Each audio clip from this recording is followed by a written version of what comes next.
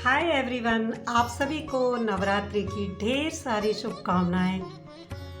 तो आज मैं रख रही हूँ आपके सामने बद्रीनाथ के कुछ संस्मरण, जो कुछ हमने अनुभव किया, जो कुछ हमने देखा रास्ते में और जो वहाँ पे हमें मालूम पड़ा पंडितों से, पंडों से और भी बहुत लोगों से जानकारी मिली, विद्वान से, वो सब मैं आप लोगों के सामने रखना चाहती हूँ। आशा है आप लोगों को ये वाला जो मेरा बद्रीनाथ की यात्रा के संस्मरण है ये भी काफ़ी पसंद आएंगे। तो बढ़ते हैं आगे। जय बद्री विशाल।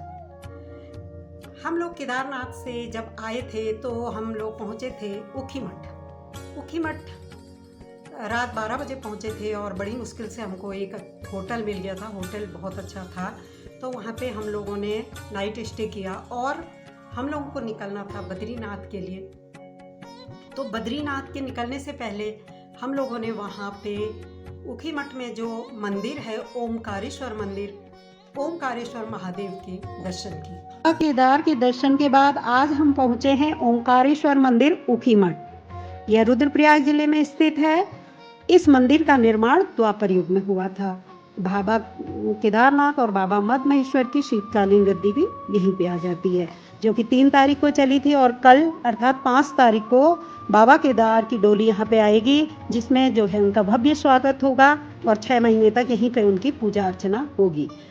यह मंदिर भगवान केदारनाथ और बाबा मद्महेश्वर की पूजा स्थली होने के कारण भी बहुत मान्यता है और बहुत जाना जाता है।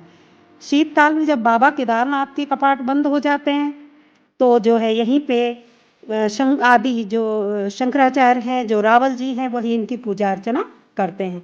इस मंदिर के चारों ओर से प्राचीन भव्य भवनों से घेरा गया है।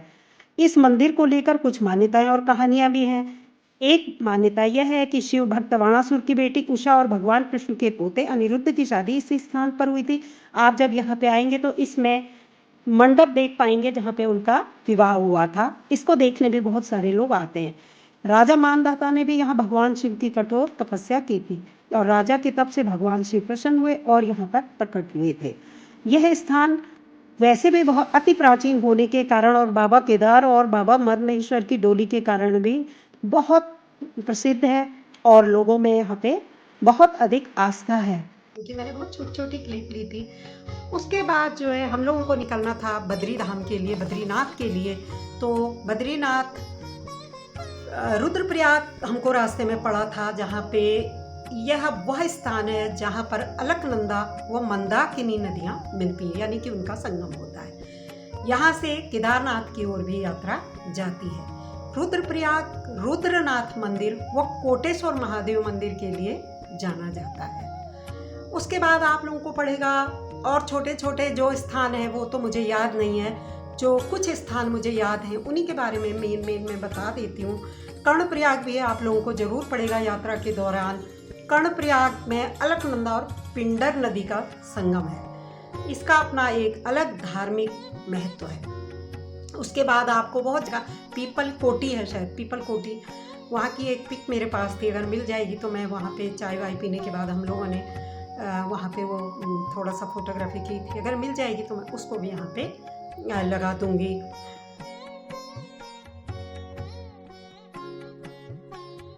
तो मुख्य यहाँ पे पड़ाव पड़ेगा जोशीमठ पड़ेगा। तो जोशीमठ को जब आप पढ़ेंगे तो ये सारी चीज़ें आपको पढ़ेंगी। रुद्रप्रयाग, कर्णप्रयाग हो गया और पीपल कोटी और भी बहुत सारी चीज़ें पढ़ेंगी। जोशीमठ जाने का रास्ता बहुत बेहतर है। हालांकि उस समय कहीं कहीं पे रास्ता ख़राब था, डर भी लग रही थी, एक आध जगह हम उतरे, लेकिन जब आप जोशीमठ पहुँचेंगे तो आपको बहुत मज़ा आएगा। प्राकृतिक सौंदर्यता से भरपूर रास्ते हैं और धार्मिक महत्व के लिए तो जाने जाते हैं। तो इसके बाद जो है हम लोग पहुँच गए थे जोशीमठ। जोशीमठ एक इन जगहों से काफ़ी बड़ी जगह है और ये माना जाता है योग ध्यान बद्री मंदिर व नरसिंह मंदिर यहाँ पे प्रसिद्ध है। तो वहाँ से हम लोग फिर बढ़ते गए, वहाँ से फिर रोड हमें अच्छी मिलने लगी और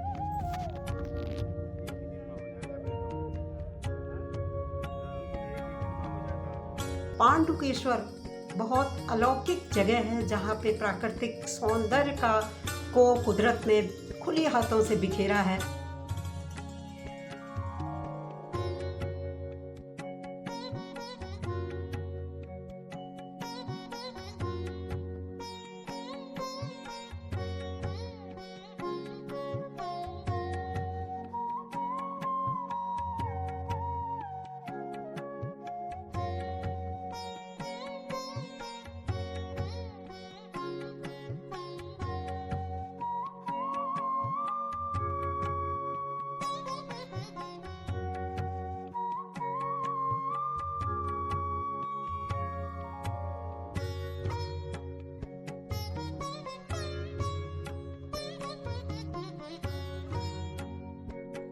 वहीं रहे थे और उसके बाद हम लोग चल पड़े थे आगे बद्रीनाथ के लिए। बद्रीनाथ बहुत सुंदर सुंदर रास्ते, ऊंचे ऊंचे बर्फ से ढके पहाड़ आपको देखने को मिल जाएंगे। आपको यात्रा में काफ़ी मजा आएगा। हर एक स्थान जिसका मैं वर्णन बीच में रोक दिया था मैंने, वो है चोपता। चोपता रुद्रप्रयाग जिले में स्थित है और अगर आप यहाँ से जाएंगे तो चोपता के लिए, बद्रीनाथ को जाएंगे ऊखीमठ से तो चोपता के लिए रोड कट जाते हैं। लगभग ज़्यादा दूर नहीं है, थोड़ी सी दूर पे चोपता से आप जो है तुंगनाथ जा सकते हैं, जो पंच केदारों में से एक है और यहीं से चंद्रशिला के लिए भी ट्रैक किया जाता है। कहा जाता है कि तुंगनाथ जो शिव भोले हैं वहाँ पे, वो विश्व का सबसे ऊंचा शिव मंदिर है, जो पंच केदार तो माना ही गया है और ऊंचाई है 3680 मीटर, यानी कि 12,073 फीट। तो इन नाथ के बारे में बताऊं तो बद्रीनाथ चमोली जिले में है। एक पौराणिक और आध्यात्मिक मान्यता है कि अलकनंदा नदी के तट पर स्थित भगवान विष्णु का यह धाम उनके ध्यान व तपस्या का स्थल है, यानी कि यहाँ पे भगवान विष्णु ने तपस्या की थी, तो इसीलिए बद्रीनाथ का महत्व है। मान्यता है कि सतयुग में भगवान विष्णु ने यहाँ तपस्या की और माता लक्ष्मी ने, जब वो उनको तपस्या करते हुए काफ़ी समय हो गया, तो ठंड से बचने के लिए, क्योंकि बहुत ही ठंडी जगह है, हाइट पे है सब जगह, ये माता लक्ष्मी ने उन्हें बर्फ से बचाने के लिए बद्री वृक्ष का रूप ले लिया। इस धाम को धरती का बैकुंठ भी कहा जाता है।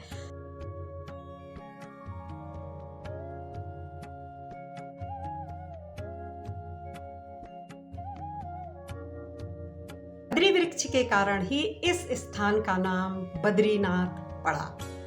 बद्रीनाथ में जैसे ही आप जाएंगे, आपको चलना ज़्यादा नहीं है, बहुत लोगों की भीड़ आपको मिल जाएगी, क्योंकि यात्रा कुछ ही महीने खुलती है तो भीड़ होना स्वाभाविक ही है। और बद्रीनाथ की शीतकालीन जो डोली आ जाती है वो जोशीमठ में ही आती है, तो यहाँ पे मंदिर के अंदर आपको आराम से दर्शन हो जाएंगे।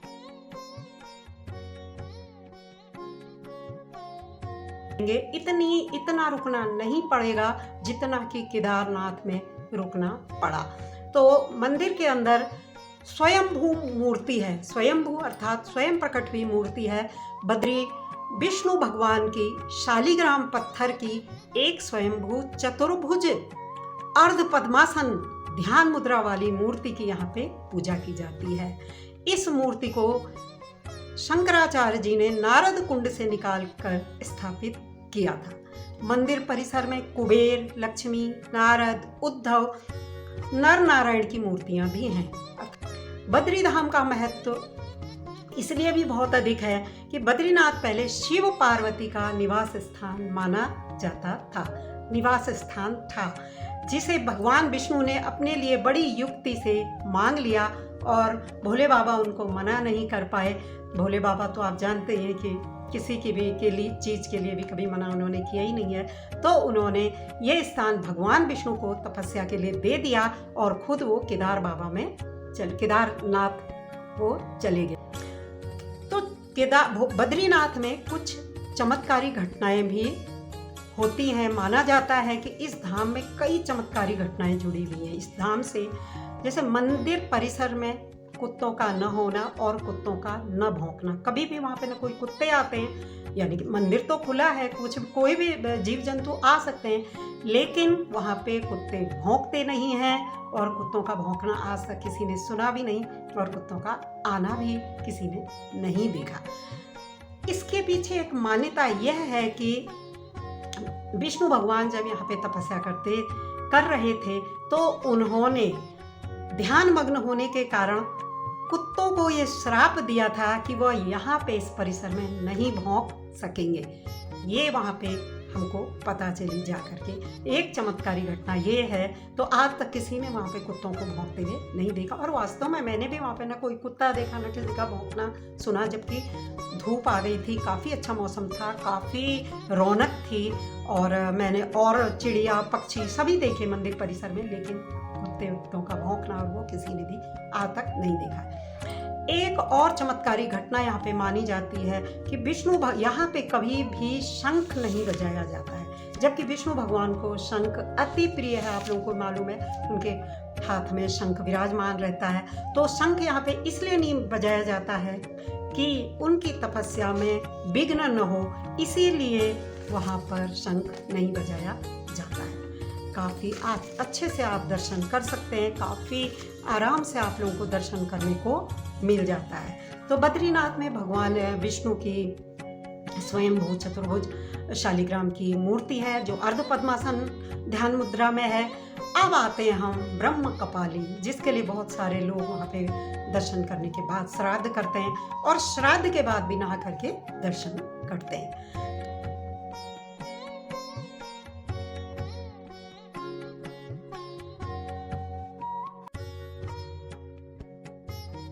तो दर्शन हमारे बहुत अच्छे से हुए थे। अगर कोई क्लिप होगी तो मैं लगा दूंगी।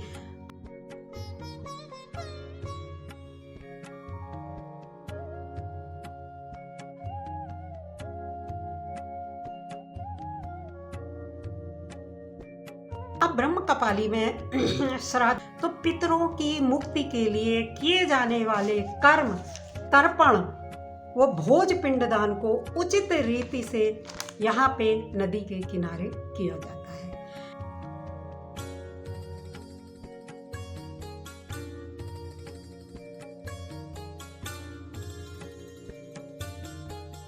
कहते हैं कि यहाँ पे अंतिम श्राद्ध होता है। स्वर्ग का द्वार इस जगह को कहा जाता है, ब्रह्म कपाली को।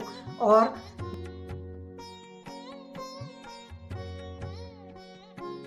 यहाँ पे बद्रिकाश्रम क्षेत्र के अंतर्गत ब्रह्म कपाली आता है और यह अलकनंदा नदी के तट पर स्थित है। पांडवों ने भी अपने परिजनों की आत्म शांति के लिए यहाँ पर पिंडदान किया था, श्राद्ध किया था, क्योंकि उन्हें गोत्र हत्या का पाप लग गया था। गोत्र हत्या यानी कि उन्होंने अपने ही बंधु बांधवों की हत्या की थी महाभारत के युद्ध में। तो उनको गोत्र, अपने ही गोत्र के अपने बंधु बांधवों को मारने का जो पाप था, उसकी मुक्ति के लिए, उस पाप से मुक्ति पाने के लिए उन्होंने ब्रह्म कपाली में श्राद्ध किया था, जिससे उनके पाप मिट गए बताते हैं।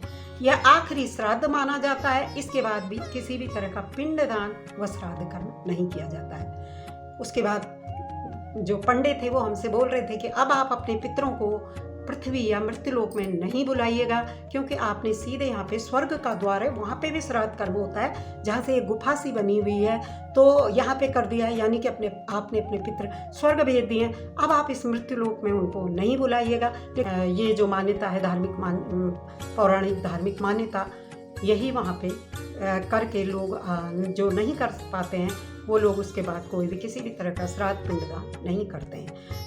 अब जो है ब्रह्म कपाली में माना जाता है कि यहाँ पे ब्रह्मा कपाल के रूप में निवास करते हैं। कपाल यानी कि माथा, निवास करते हैं। किसी काल में ब्रह्मा जी के, बताया गया कि किसी काल में ब्रह्मा जी के 5 सिर थे, उनमें से एक सिर कट करके यहीं गिरा था अलकनंदा नदी के तट पर, जहाँ पे श्राद्ध कर्म होता है। ब्रह्मा जी के सिर के आकार की शिला वहाँ पे आज भी विद्यमान है, जो केवल सिर की कटी हुई शिला है। उसके पास भी श्राद्ध कर्म वहीं पे किया जाता है। स्कंद पुराण में वर्णित है कि यहाँ पर किया गया श्राद्ध सभी तीर्थों से 8 गुना ज्यादा फलदायी है। यानी कि अन्य तीर्थों से यहाँ पे श्राद्ध करने का 8 गुना ज्यादा फल माना गया है। तो कहते हैं कि यहाँ पे लास्ट श्राद्ध जो कर सके उनको, हिंदू में ऐसी मान्यता है, जरूर करना चाहिए। ब्रह्म कपाली में ही शिव को ब्रह्म हत्या की पाप से मुक्ति मिली थी, क्योंकि उन्होंने ही ब्रह्मा जी का 5वां सिर काट दिया था। तो वहाँ पे भी उन्होंने भी श्राद्ध कर्म किया था। बद्रीनाथ मंदिर, अब मैं बता दूं बद्रीनाथ नर और नारायण पर्वत के बारे में।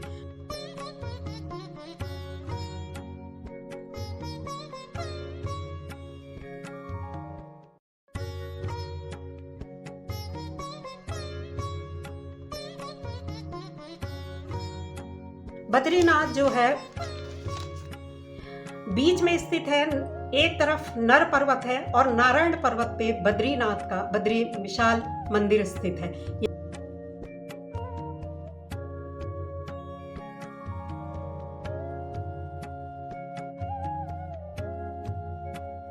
यानी कि विष्णु भगवान की तपस्थली स्थित है नारायण में। नर और नारायण दो पर्वत श्रृंखलाएं, जब आप बद्रीनाथ पहुंचेंगे तो दो पर्वत श्रृंखलाएं, बीच में लगभग मंदिर है, दो पर्वत श्रृंखलाएं हैं जो बद्रीनाथ के दोनों तरफ हैं। कहा जाता है कि भगवान विष्णु के अंश नर व नारायण ने इसी स्थान पर तपस्या की थी। उनके तप से प्रसन्न होकर शिव ने केदारनाथ में अवतार लिया।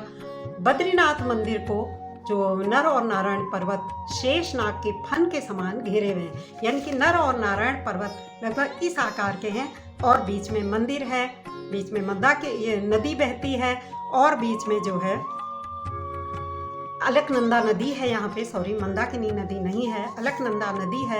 यहीं पे श्राद्ध कर्म भी होता है। तो नर और नारायण नाम के दो पर्वत यहाँ पे हैं। नारायण पर्वत में स्वयं भगवान विष्णु का निवास स्थल है, तपस्या स्थल ही है, और नर पर्वत बिल्कुल सामने पे है। तो ये कुछ चीज़ें जो मेरे अनुभव थे बद्रीनाथ के, ये मैंने आप लोगों के सामने साझा किए हैं। आशा है आप लोगों को पसंद आएगा। जो क्लिप मेरे पास होगी मैं डाल दूँगी, ज़्यादा तो है नहीं। तो आप लोग बने रहे मेरे साथ। आज बद्री विशाल के दर्शन हेतु आप लोगों को दर्शन कर कैसा लगा मुझे ज़रूर बताइएगा। चैनल पे नए हों तो प्लीज़ सब्सक्राइब कीजिएगा, लाइक शेयर कमेंट ज़रूर कीजिएगा। जय बद्री विशाल। सभी पे विष्णु भगवान भोलेनाथ सभी की कृपा बनी रहे। हैप्पी नवरात्रि।